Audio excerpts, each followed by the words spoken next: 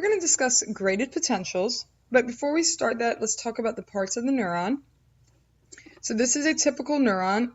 A real quick application question is, what is the structural classification of this neuron? Structural classification. Remember, how many processes does it have coming off of it? Well, it has lots of processes, so that means it's multipolar for structural classification.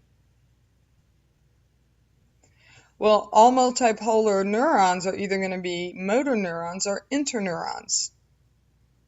So this one has myelin sheath on it made out of Schwann cells. So we have to know that it's in the peripheral nervous system. Well, interneurons are only found in the central nervous system, so this has to be a motor neuron for functional classification. So that was just a quick review.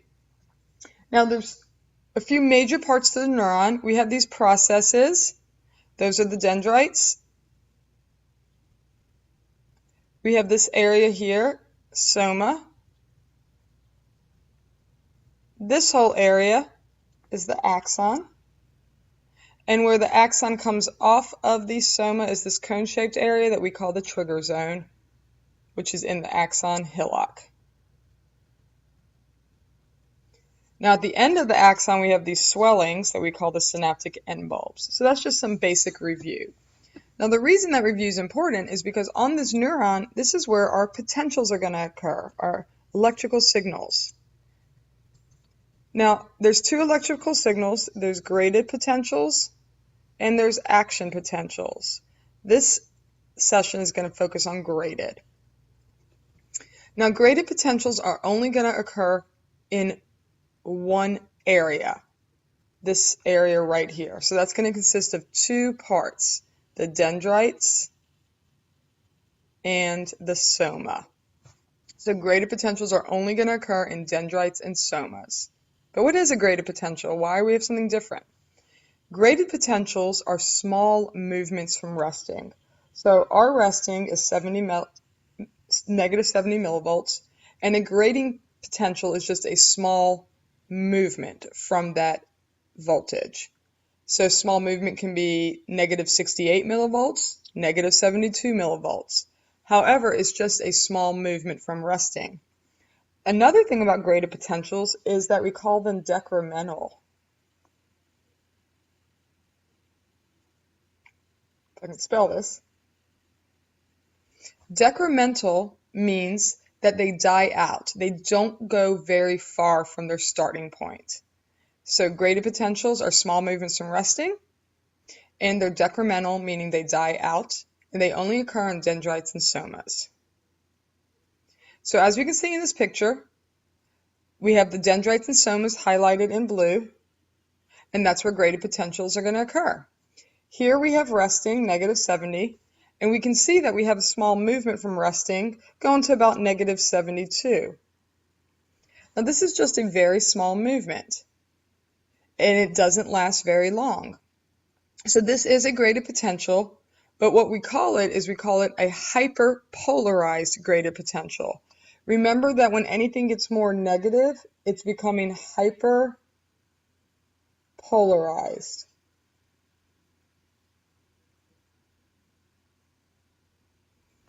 But that's not going to help us too much. We have to remember that if we want to actually have an action potential, we need to hit negative 55. So if we're having a hyperpolarized graded potential, that's not getting us any closer to threshold. But not all graded potentials will be hyperpolarized. Some graded potentials will actually cause us to go closer to threshold. These graded potentials are still small movements from resting, and they don't last very long, but they're going to move us in a more positive manner, and we call these depolarizing events. So when we go closer to threshold, so negative 55, that is more positive, and that's a depolarizing event.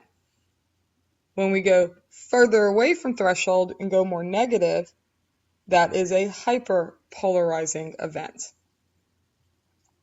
Now, what's going to cause the difference between hyperpolarizing and depolarizing events? So let's talk about what's going to cause those differences. The first major thing is we have to remember what gates did we talk about that are located on just the somas and the dendrites.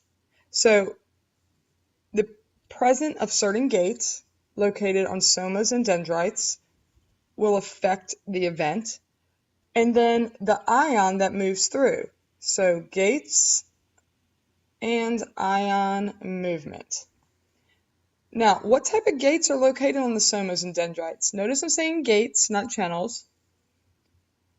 Ligand, which are the chemical gates, and mechanical, which open to some type of stimulus. Now, for the purpose of our lecture, we're going to focus on ligand gates because mechanical gates are only located on sensory neurons. So we're going to be focusing on just ligand gates on the somas and dendrites. So what determines graded potentials are the gates and the ions. So in this picture, what we're seeing is a mechanical gate, the top one, those open to some type of physical stimulus, and then this bottom one is a ligand gate. Those are going to open to some chemical binding to them. Now, what determines if it's hyper or depolarizing is also what's going through. Remember that we have in the membrane on the inside, we're going to have potassium. On the outside, we can have calcium, sodium, and chloride. If a gate opens up and calcium comes to the inside, so here's calcium, the purple, and it moves to the inside, we're going to have a depolarizing event. So when calcium influxes, so enters, it's depolarizing. Okay, but if we look at this picture, we also have green here. We have green here. Those are your sodiums. If sodiums enter, that is also depolarizing event. So sodium influx. So if a gate opens that allows sodium or calcium in, that will cause depolarization. But since it's in the somas and dendrites, it's only going to be tiny movements from threshold. But it doesn't have to be depolarization because as we saw, it can also be hyperpolarization. So what's going to cause hyperpolarization? Well, this is going to depend on the ions that move through. So inside, remember, we have potassium. Outside, we have sodium, calcium, and chloride. In this picture, there's a ligand gate. When the gate opens, chloride is going to enter the gate. Chloride carries a negative charge. When we add a negative to negative 70 on the inside, it becomes more negative, which is a hyperpolarizing event.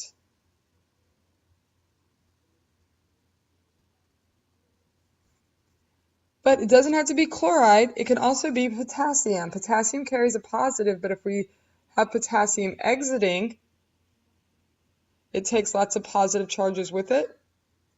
So potassium exiting, our efflux of potassium, will also cause our inside to lose more positives, making it more negative.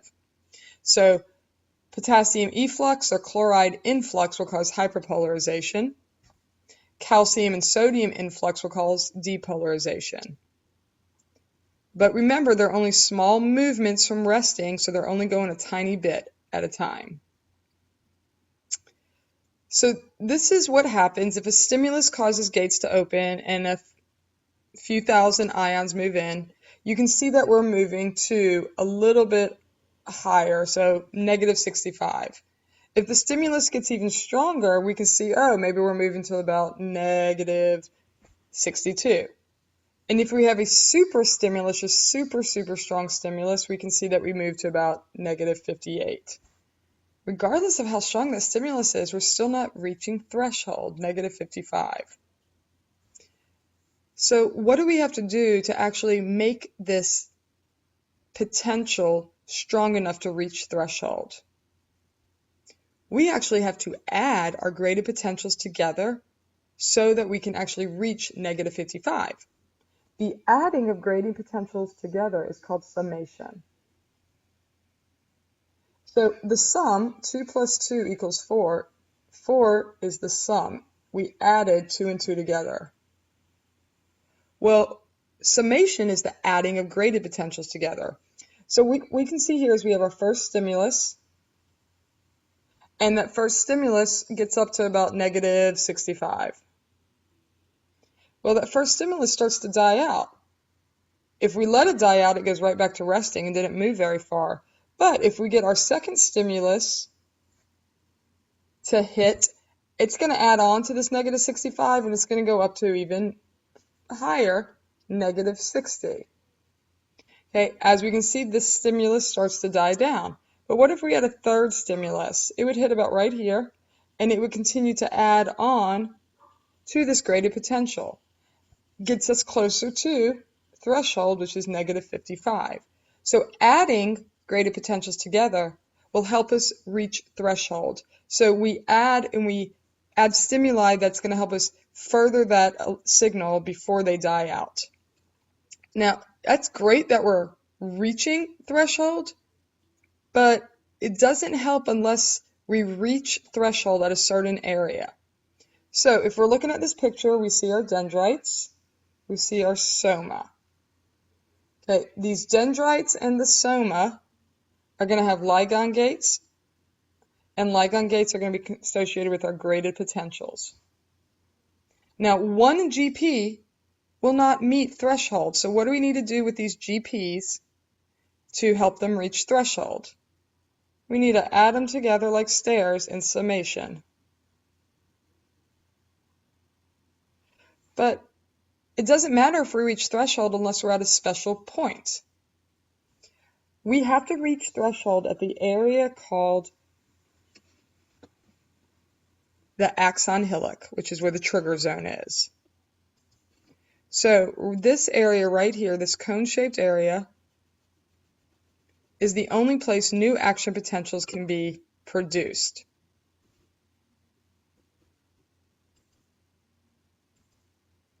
So what happens is,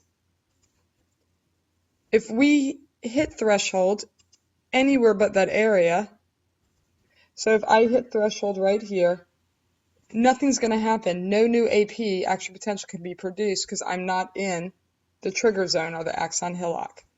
If I hit negative 55 right here, it doesn't matter. I'm still not in the trigger zone.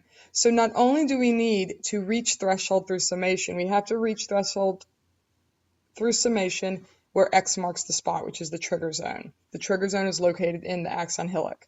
As long as we hit negative 55 in this spot, we will produce an action potential. Now notice this picture saying we may produce an action potential. Well, it's saying we may produce an action potential because what if we only hit negative 60 right here? Is that threshold? No. If it's not threshold, there's going to be no action potential.